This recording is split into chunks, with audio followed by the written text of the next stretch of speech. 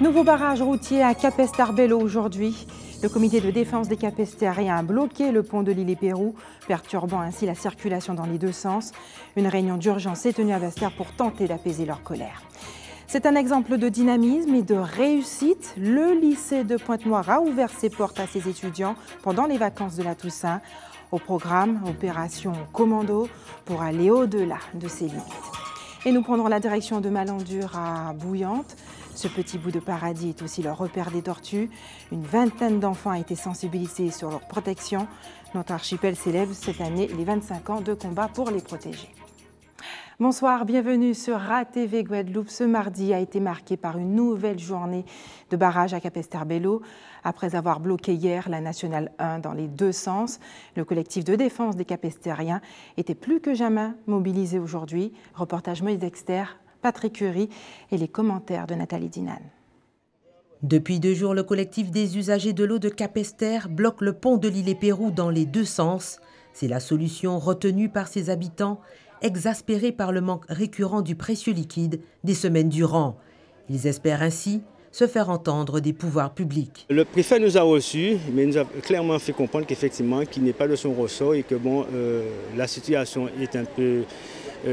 moi, je dirais, je prenais sur ma bouche que ça dépasse cette situation. Et c'est pour cette raison qu'il a lui-même choisi de faire en sorte pour que les protagonistes, les vrais, ceux qui effectivement s'occupent du problème de l'eau, puissent se réunir aujourd'hui. En l'occurrence, Madame Lucien Chevry, Monsieur Bernier et notre délégation. Voilà, en espérant qu'effectivement que ça va apporter des solutions. Eh bien, ça dépendra de la population, bien sûr, bien entendu, et de ceux et celles qui sont à la tête de cette opération. Et nous allons décider ce qu'il y a à faire, bien sûr, mais notre but, c'est que effectivement, cette situation puisse se débloquer et que tous puissent trouver effectivement une vie normale. Des dizaines de personnes traversent le barrage à pied, direction Pointe-à-Pitre pour certains et Basse-Terre pour d'autres.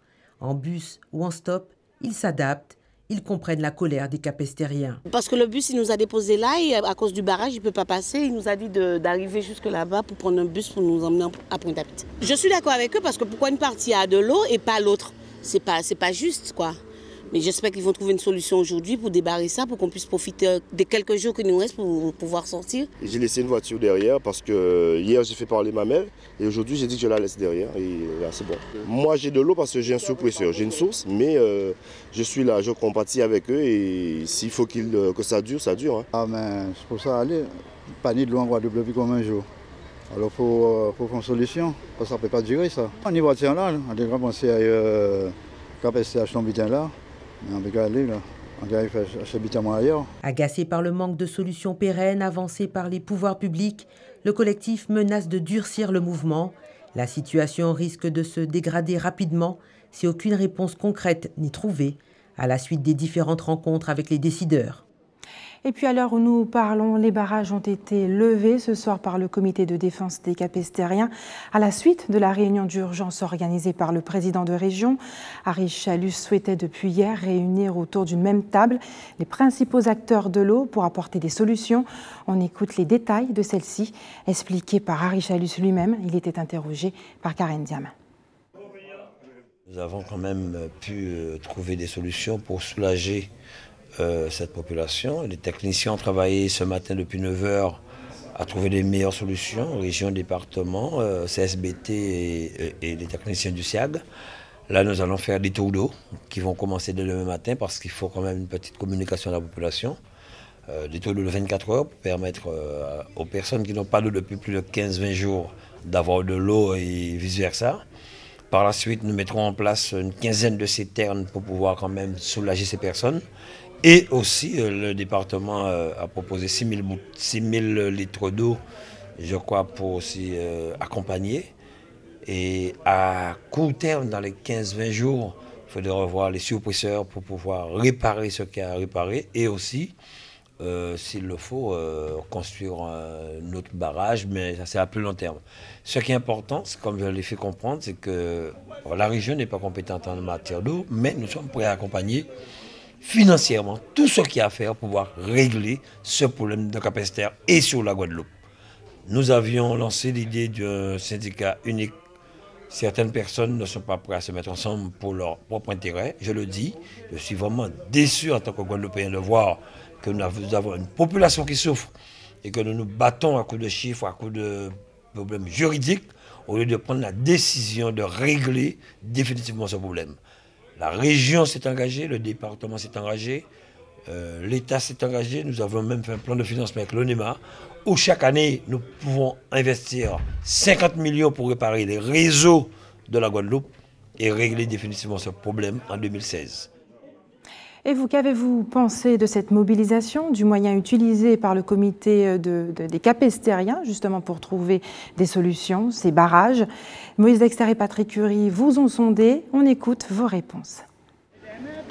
Mais si, ils ont raison de bloquer. Écoute, moi, je suis dans la situation aussi. Hein. Déjà, un jour, c'est stressant d'avoir pas de l'eau. Alors, à plus forte raison, 15 jours, 3 semaines, voire des mois. Non, moi, je les comprends. Ce barrage. Non. Parce que moi, infirmier, je ne peux pas travailler à pied. Ça vient à travailler, on a insuline, on est tout ça malade, on a fait à pied.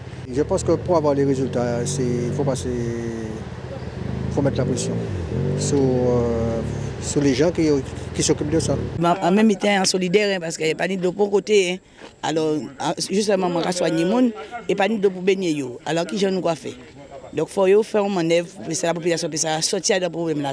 Depuis dans les années 80, il y a problème de l'eau là, ça. Et jusqu'à présent, ça n'a pas résoudre.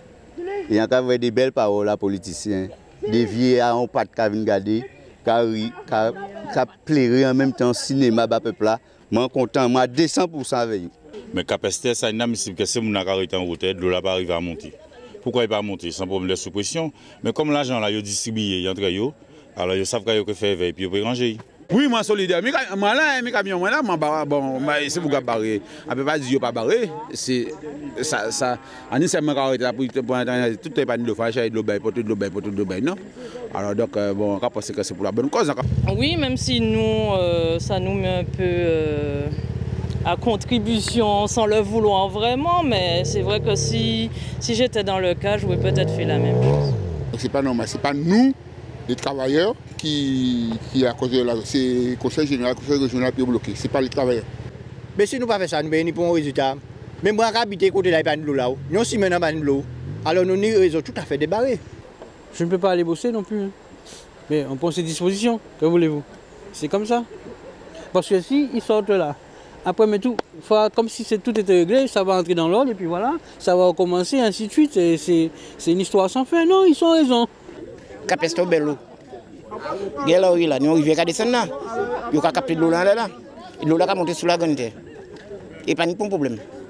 Et nous, Capester, nous avons le problème, Capester. Et trop longtemps, ça a existé. En cas penser ça, il fait là, c'est une bonne chose. Où en est le conflit qui oppose la maire de Basse-Terre et une partie de ses agents? Marie-Luce Panchard avait promis aux grévistes des propositions pour sortir de l'impasse. Le point avec Karen Diamin.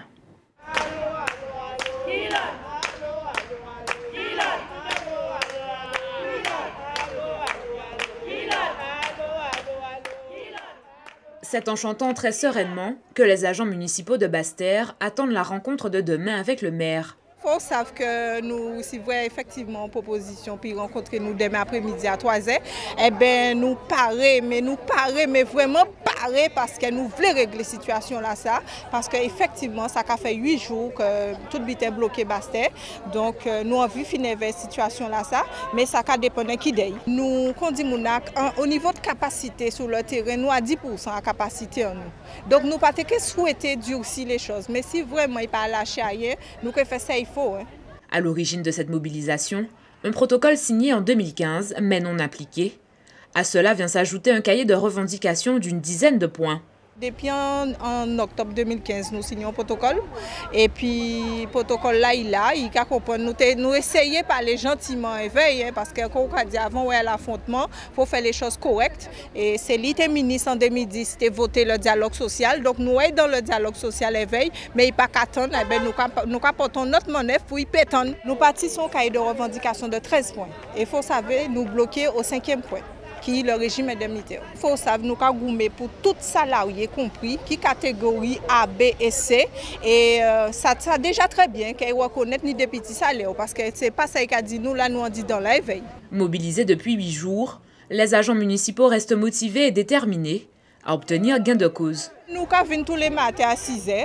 Nous avons mis les choses en mouvement, nous avons préparé le terrain, nous avons monté tente en nous, nous avons mis pancarte en nous et nous avons organisé, nous avons fait des tours de parole, toujours une ambiance, nous avons mis musique à...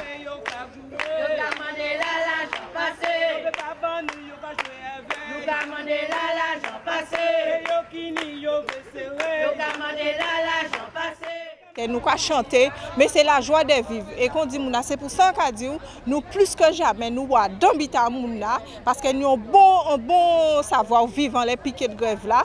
Et ces collègues-là, ils sont contents. Donc, mais justement, nous avons demandé c'est l'État Kazayo là de venir joindre nous. Sollicité, le maire n'aura pas souhaité s'exprimer avant l'ouverture des négociations, prévues demain à 15 h. Autre colère, celle des policiers dans l'ensemble des départements français, au lendemain d'une mobilisation intersyndicale devant les palais de justice. Aujourd'hui, c'était des policiers guyanais affiliés au syndicat Unité SGP qui ont décidé justement de se mobiliser pour faire entendre leur voix. On regarde le reportage d'Kerwin Alcide d'ATV Guyane. La colère gronde dans les rangs de la police nationale, mais en Guyane, les syndicats ne l'expriment pas de manière unitaire. Au lendemain d'une première manifestation organisée par le syndicat Alliance, d'autres policiers ont battu le bitume ce matin. C'est le syndicat Unité SGP Police qui est aux commandes. Organisée partout en France, sans banderole ni slogan, cette marche se veut citoyenne, d'où la présence du comité pour plus de sécurité. Partis du commissariat, les manifestants ont rejoint la préfecture où une délégation s'est entretenue avec le secrétaire général aux affaires régionales en l'absence du préfet. Il a demandé par rapport aux annonces du ministre, comment étaient planifiés les renforts qu'on n'a toujours pas vus. Parce qu'en Guadeloupe, par exemple, quelques jours après le passage du ministre, il y a eu un télégramme faisant un appel d'offres pour les renforts. Or, pour la Guyane, on n'a pas vu. On craint un redéploiement des effectifs parce que les fonctionnaires, il y a un nombre contingenté dans des écoles de police, ils ne peuvent pas être clonés. On craint un redéploiement, donc nous on demande que la Guyane ne soit pas oubliée dans cette démarche. Seuls les policiers qui ne sont pas en service ce matin ont pu prendre part à cette marche, ce qui explique le faible nombre de participants. Ils étaient à peine une vingtaine entourés par les citoyens, comme pour montrer que la cause est commune face à l'insécurité. Les policiers ont profité de l'occasion pour mettre sur le tapis des revendications nationales. De réaffirmer notre volonté que les collègues qui ont manifesté à Paris ne soient pas poursuivis et ne soient pas sanctionnés. C'était le fil rouge de la discussion, donc le préambule. Satisfaits d'avoir été entendus, les manifestants ont quitté la préfecture. Dès vendredi, les principaux syndicats de police ont rendez-vous avec Martin Gégère, comme l'a demandé le ministre de l'Intérieur. Et l'UNSA Police Guadeloupe a également appelé les policiers à prendre part à cette marche nationale qui aura lieu ce samedi. Ils prendront le départ dès 8 h du matin depuis le commissariat des Abîmes pour exprimer leur soutien et dénoncer leurs mauvaises conditions de travail. Et le chanteur martiniquais Kalash a évité la prison. La Cour d'appel de Paris a condamné l'artiste martiniquais à 6 mois de prison avec sursis pour détention d'armes. Il avait été, je vous le rappelle, poursuivi pour port d'armes illégales, une arme qui avait été retrouvée à son domicile en mai dernier. Après avoir reconnu une erreur, il s'était défendu expliquant qu'il voulait renforcer sa sécurité suite à plusieurs tentatives de racket. Et restez sur ATV Guadeloupe dans quelques minutes. Coup de projecteur sur le planning familial. Une structure souvent oubliée, mais ô combien indispensable pour les femmes. Et puis nous assisterons au dernier débat des artistes pour structurer le milieu, objet d'une réflexion lors du festival Bleu Outre-mer. C'est une structure parfois oubliée, pourtant le planning familial aide de nombreuses femmes à pouvoir se procurer la contraception gratuite, mais bien d'autres services. Les détails avec Isabelle Hameau. Elles n'étaient pas nombreuses à pousser la porte du planning familial de la rue François Arago de Pointe-à-Pitre ce mercredi matin. De manière générale, les femmes viennent ici pour se procurer un moyen de contraception. Alors elles viennent soit pour la première fois, donc pour avoir un conseil sur le mode de contraception qu'elles pourraient utiliser, ou bien renouveler aussi, bien sûr. contraception qu'elles ont déjà et dont elles sont satisfaites. Chez les jeunes, il y a souvent un manque d'information, c'est-à-dire qu'elles sont trop informées malheureusement par Internet, qui n'est pas une information objective. Donc on est obligé de corriger ce qu'elles ont pu entendre et de leur donner une information la plus objective possible. Certaines, parfois, ont simplement besoin d'un accompagnement particulier. Pour briser la glace, elles sont dirigées vers des conseillères conjugales et familiales pour mieux comprendre le motif de leur visite. Le premier entretien, c'est beaucoup d'écoute. Je les écoute beaucoup et je leur demande ce qu'elles veulent. Qu'est-ce qu'elles attendent de moi, ce qu'elles veulent? Est-ce qu'elles ont envie vraiment de se prendre en charge, en fait, de prendre en compte leur mal-être? Et là, par la suite, nous prenons un rendez-vous de manière générale, elles viennent 2 ou 3 fois. Et là, on commence un véritable travail sur elles. Et c'est là qu'elles apprennent, je leur apprends à s'écouter et à accueillir ce qu'elles vivent elles-mêmes. Donc, le mal-être, il faut l'accueillir, il faut l'accepter, il faut le vivre pleinement pour qu'il puisse se dissoudre, pour qu'il puisse disparaître. Parce que c'est pas... Je ne peux pas changer l'autre, je ne peux pas changer le partenaire. Je les aide à se changer elles-mêmes, à aller mieux elles-mêmes en fait. Les conseillères portent leur aide sur place, mais aussi par téléphone, car au planning familial, les urgences n'arrêtent jamais. On peut être jeune, mère de famille et réussir sa vie d'entrepreneur. Notre invité est une parfaite illustration. Mehdi Guy-Ovana, bonsoir. Bonsoir. Merci d'avoir accepté notre invitation ce soir. Vous avez 23 ans, vous êtes mère d'une petite fille de 2 ans et êtes chef d'entreprise. Vous avez créé une société basée à Lamentin qui produit des barres de céréales à base de manioc et de fruits séchés. Pourtant, rien n'était gagné d'avance. Vous étiez au RSA et avec un bébé sur les bras. Comment vous est venue l'idée de créer ce produit ? C'est toute une histoire, hein, ce projet. Alors, ça a commencé depuis le lycée. On a fait entreprendre au lycée qui m'a permis de créer le produit. On a créé un petit groupe d'élèves avec une prof, des barres céréalières. Après, le projet, on a gagné le 3e prix, notamment avec ce projet. Ça a plu aux gens. Et le projet a fait son chemin. Et actuellement, je l'ai innové, j'ai développé et voilà le produit actuellement. Alors, vous n'étiez pas seule pour donner vie à ce projet. Alors, tout a démarré avec justement cet atelier à l'école, le lycée agricole d'ailleurs. Et ensuite, vous avez été accompagnée par l'Association pour le droit à l'initiative économique qui se trouve à Pointe-à-Pitre, à Gambetta. Quel rôle a joué cette association justement pour mettre en place? À quel niveau ils étaient en intervention, j'ai envie de dire? Alors, l'ADI est intervenue dans ma vie pour la création, notamment.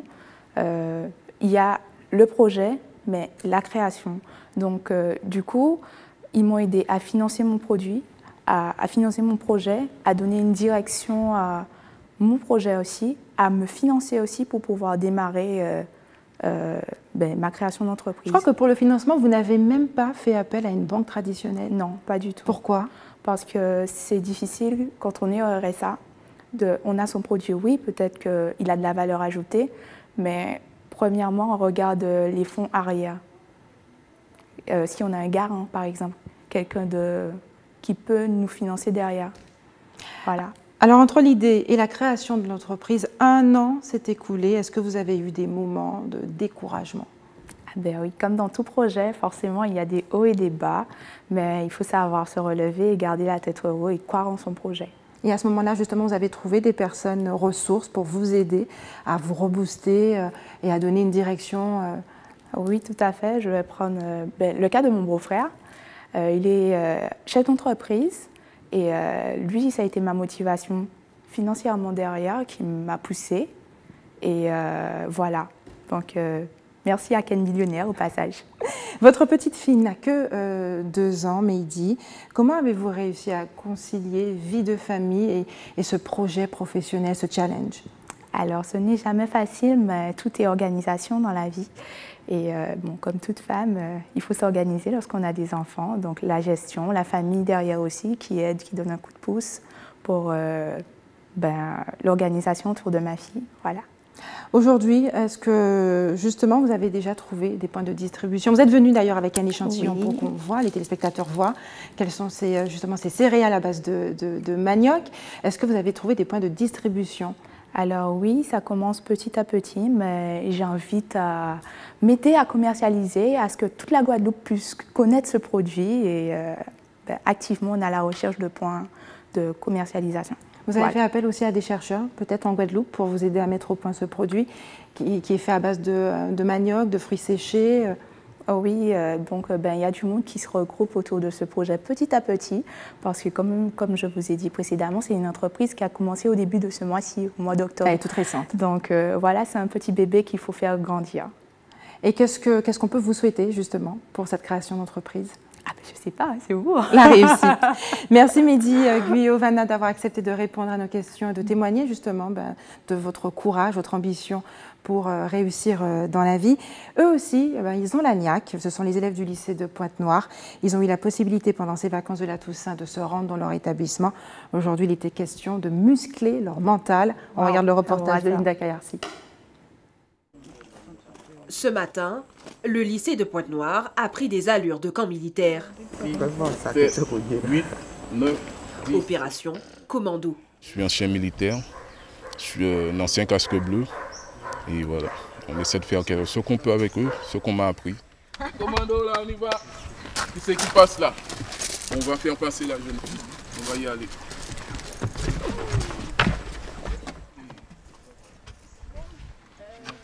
Pendant 3 jours, ces lycéens ont décidé de se surpasser. Tu peux le faire.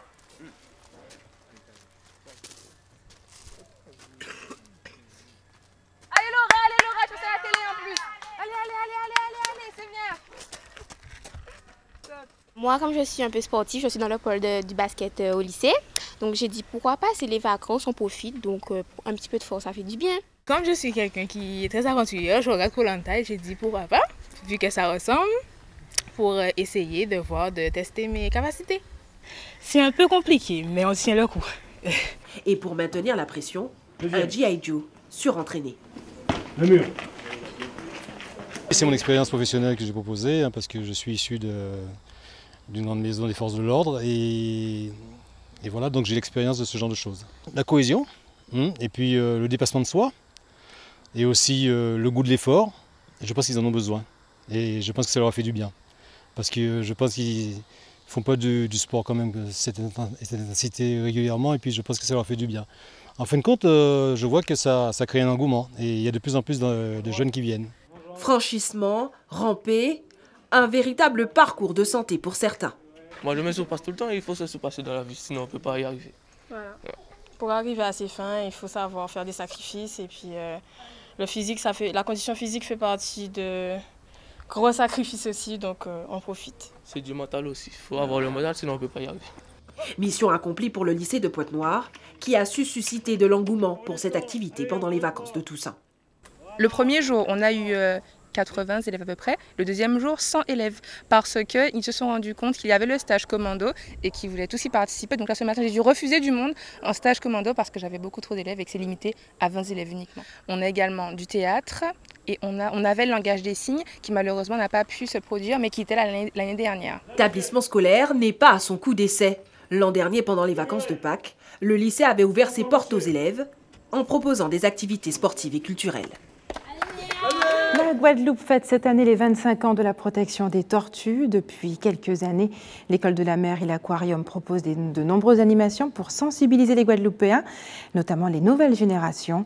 Après avoir visité les îles proches, les enfants étaient invités à passer une journée à Malendure-Bouillante, un moment de dépaysement et aussi de pédagogie. Linda Kayarsi était sur place. À l'école de la mer, apprendre peut prendre des airs de vacances. Elle vit plutôt loin de la côte, d'accord? On dit que ce sont des animaux hauturiers, ça veut dire qu'ils vivent en haute mer.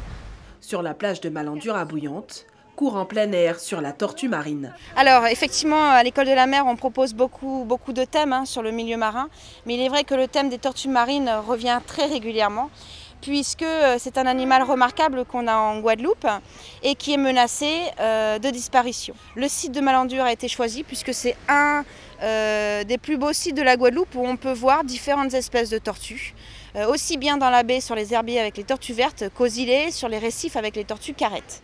La Guadeloupe accueille 5 des 7 espèces de tortues marines qui sont répertoriées dans le monde. Parmi elles, 3 pondent des œufs, la tortue lutte, verte et imbriquée. Pour reconnaître la tortue verte, il faut regarder si elle a un trait droit entre les 2 yeux. Pour reconnaître la tortue lutte, c'est la seule qui a des traits. Et la tortue imbriquée, elle a un bec.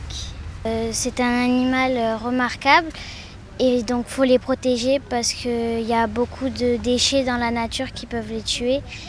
Et c'est pas bien. Si on pollue la nature, ça peut tuer beaucoup d'animaux dans la mer. L'objectif est simple, sauver et protéger les tortues marines. On essaye de leur faire comprendre comment tout ça fonctionne, quelles sont les interactions avec tout ça, dans les écosystèmes, mais aussi nous avec les écosystèmes, les humains avec les écosystèmes. Et puis donc le but, c'est qu'ils réalisent eux-mêmes quels sont les impacts de leur activité sur l'environnement et comment faire pour limiter ces impacts justement. C'est le but de l'école de la mer. Lors de ce stage découverte, une expédition en mer ponctuera la journée, histoire d'observer de plus près l'animal dans son habitat naturel. 2400 croisiéristes américains ont fait une halte hier en Martinique pour accueillir ces visiteurs. La ville de Fort-de-France a mis le paquet. Voyez le reportage de Céline Chalonneau et de Michelet François. Ce ne sont pas les quelques minutes de retard et la pluie qui empêcheront à cette famille de croisiéristes en provenance d'Amérique du Nord de profiter de leur escale en Martinique. L'échange culturel recherché par les O'Brien est au rendez-vous avec une initiation à la danse belay. C'est une très belle île, vraiment très belle. C'est la première fois que je viens ici. Je suis très excité d'en faire le tour et de voir ce qu'elle a à en offrir. J'ai appris quelques petits pas. C'était très intéressant.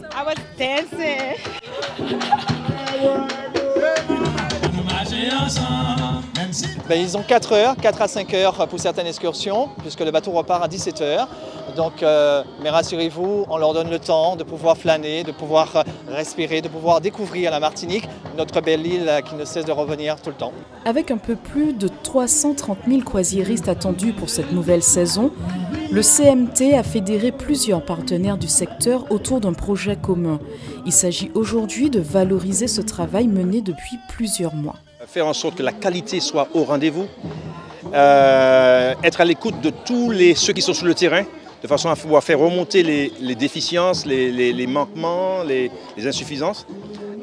On a un objectif de livraison, de qualité de livraison, c'est ça qui est important, de façon à ce que, et puis faire en sorte que les compagnies de croisière, qui ne sont pas des compagnies, qui ne sont pas des philanthropes, puissent aussi gagner un peu d'argent, de trouver le juste milieu entre nos intérêts, les intérêts des clients et les intérêts des compagnies de croisière. Et pour Fort-de-France, l'une des villes accueil de cette saison, l'enjeu est de taille car la capitale a modernisé ses infrastructures. 12 zones Wi-Fi qui ont été mises en place en ville basse, en centre-ville, de façon à permettre une couverture la plus large possible au niveau connexion Wi-Fi sur la ville basse et que les visiteurs, qu'ils soient croisiéristes ou non d'ailleurs, puissent en fait avoir accès à Internet pratiquement partout en centre-ville. Sans doute à cause du temps plutôt gris, ils ont été peu nombreux à s'aventurer pour une visite du centre-ville. Si certains ont préféré le confort des taxis, quelques-uns ont tenté l'expérience du nouveau cabaret créole.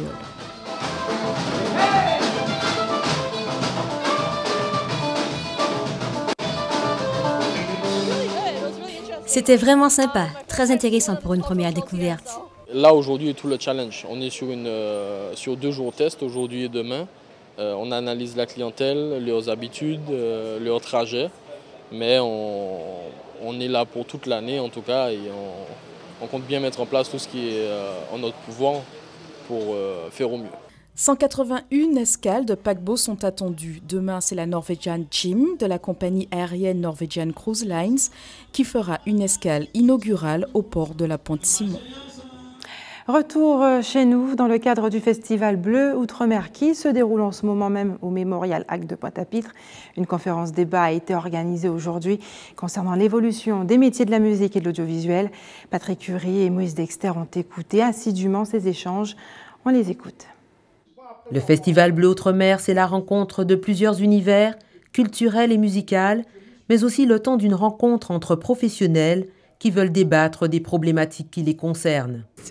Une rencontre qui permet d'institutionnaliser le festival et de donner des réponses à des questions qui sont devenir professionnel de la musique, devenir professionnel du spectacle vivant, autoproduction, droit d'auteur, producteur, manager, nouveau business model. L'idée effectivement de ces rencontres est de tirer des grands axes de réflexion pour construire demain ensemble. Depuis 17 ans maintenant, la Clé des Arts occupe la scène musicale.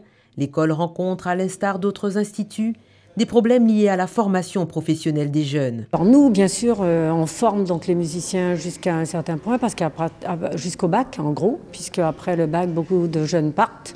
Et voilà, au moment où ils sont bien formés, nous, malheureusement, mais en même temps, c'est bien pour eux, parce qu'ils partent après en métropole, au Canada, aux États-Unis. Nous, les difficultés qu'on rencontre, c'est déjà ça, puisqu'on ne peut pas les garder alors qu'on a travaillé depuis des années à un certain niveau. Et puis après, bon, mais en même temps, il n'y a pas de... En Guadeloupe, c'est difficile pour un jeune qui veut se professionnaliser, sauf s'il donne des cours dans des écoles de musique. Mais bon, à un moment donné, ça tourne. Enfin, il n'y a pas tant d'écoles que ça de musique. Il y a beaucoup de projets, mais c'est vrai qu'il manque un projet vraiment structurant qui est en cours depuis pas mal d'années, mais qui n'aboutit pas encore. Des échanges qui ont aussi pour but d'aborder la question du manque de structure et la création d'un conservatoire. À vos stylos maintenant, c'est l'heure des informations pratiques. L'équipe de l'établissement français du sang vous donne rendez-vous demain à la SOMAF à Jarry, derrière la Nouvelle Poste, de 7h30 à 12h30. Et puis une problématique qui pourrait intéresser bon nombre d'entre vous. La Guadeloupe est-elle en mesure d'offrir de réelles opportunités aux chefs d'entreprise? La question sera débattue demain soir au WTC de Jarry à 19h dans le cadre de la conférence Esprit critique organisée par la mairie de Bémao. Et la médiathèque Caraïbes vous invite à participer au Ciné-Club qu'elle organise demain à 18h30. Un documentaire sur les adolescents sera projeté, une version française et pour les sourds et malentendants. Pour plus d'informations, n'hésitez pas à les contacter au 99 37 47.